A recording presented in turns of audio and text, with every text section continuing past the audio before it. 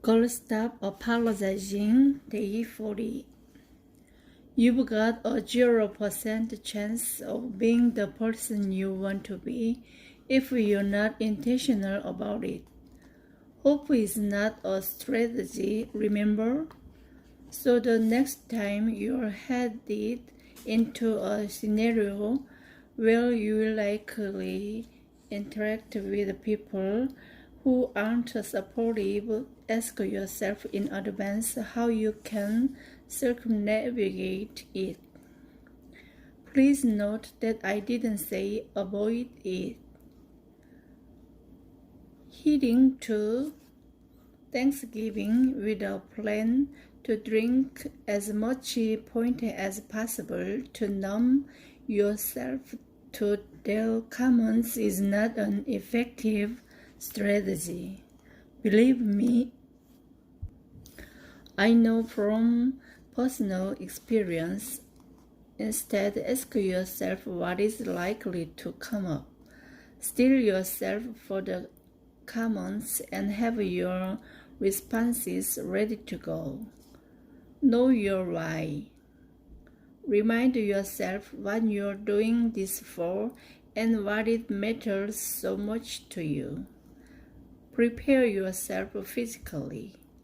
Listen to some great pump of music to get you in the right headspace and decide that this experience and interaction is going to be fantastic because you won't allow it to be anything else. If the interaction will be difficult because it has to do with diet or health or exercise, consider eating or working out or whatever you need to do before you interact. That way, it's already done. A few years ago, I became a pescatarian, and when I went to family parties, there often wasn't much I could eat. People noticed my mostly empty plate, which led to lots of comments and teasing about going LA on us. Many times I'd buckle and eat something I didn't want to eat, but leave the party frustrated and annoyed. I needed to prepare myself for a more successful interaction with people who might not understand my choices. Now I just make a big salad and a great veggie side dish for every family party. This way I've got something to eat that's on my diet, and my plate is full, so no one questions what is or isn't there. Also, my salads are bomb, so everybody wins. 3. Plan intentionally to make it easier. I wish this section was as easy as telling you to have the people in your life get with the program and stop acting like unsupportive punks. But dude, it's not that easy. It wasn't that easy in my marriage or with my family, so I know it won't be that easy for your relationships either. Whenever I'm about to take on a new project or I've got a particularly busy season, I map it out in advance to make it as easy as possible on Dave.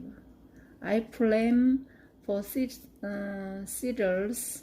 I figure out workarounds. I schedule like a maniac to make my hustle as little of an inconvenience as possible. Ultimately, Though working on your own goal typically means sacrificing in another area of your life. It means your partner is going to have to put the kids to bed on the nights you're at school. It means you can join your girlfriends for Taco Tuesday anymore because you're committed to your health. It means time and energy focused in on the thing you're working for, which means less of those things other people may have come to expect. Talk to your partner and your friends and anyone whose opinion does matter to you.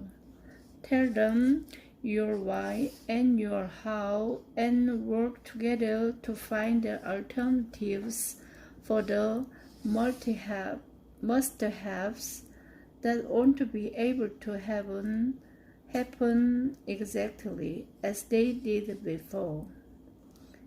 If you've done everything you can do to make the transition easy and fair for your loved ones, you will better prepared to manage the guilt when it starts to creep up to rob you of motivation.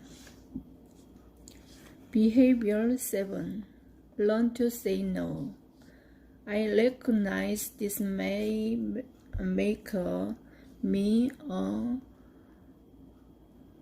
pariah in certain social circles, but I'm going to go ahead and say it anyway. I don't volunteer at my kids' school, not because I don't have time.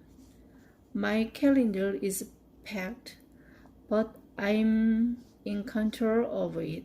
I couldn't make time, and not because there isn't opportunity to do it, because I get the results to sign up for craft day or the field trip to Underwood Family Farms, just like every other parents.